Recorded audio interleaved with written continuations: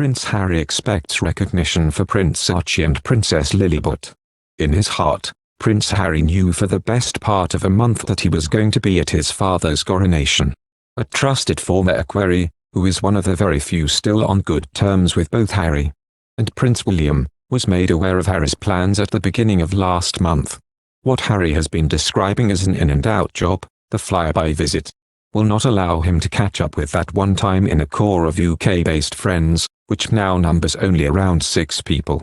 But a key issue has been his determination for the status of his children Archie and Lilibet to be publicly recognised by the royal family. As the coronation date, the 6th of May, is the same day as Archie's 4th birthday. It offered the perfect opportunity for the King's 4th grandchild to receive some special recognition. Charles was said to be open to the suggestion that he should make a gracious nod to Archie, and rumours circulated that he would raise a glass to his grandson during a post-procession coronation lunch. A source said, the King considered a toast to Archie. But with no member of the Sussex family now due at the lunch, it is highly unlikely he would do in their absence. The whole episode has been described by courtiers as a tug-of-war, one that has become typical of Buckingham Palace's engagement with the Sussexes. There's nothing more triggering for Harry than wrangles over protocol, rules, hierarchy and perceived slights.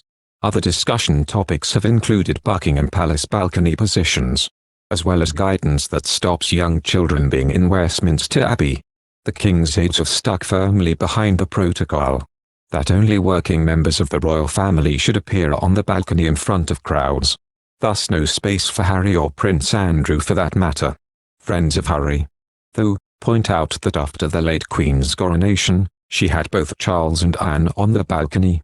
A further grievance is the relationship between Harry and his cousin Princess Eugenie, which is claimed to be strained, particularly after her mother, the Duchess of York, said Meghan can't have it both ways when it comes to being part of the royal family. They are nothing new for the Sussexes.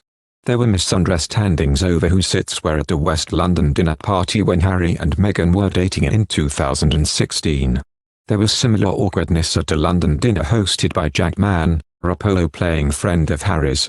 And then at Pippa Middleton's wedding reception, where Meghan was seated separately from Harry and their view of each other was obscured by a table decoration. Most significantly, there were issues about seating during the Platinum Jubilee, for a Commonwealth Day service and for the late Queen's funeral, when the Sussexes were in a corner at the end of the second row with a candle obscuring camera's clear view of the Duchess.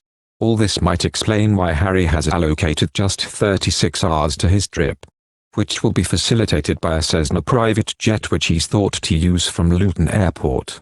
A source says, Harry plans to attend the coronation and celebrate Archie's birthday on the same day.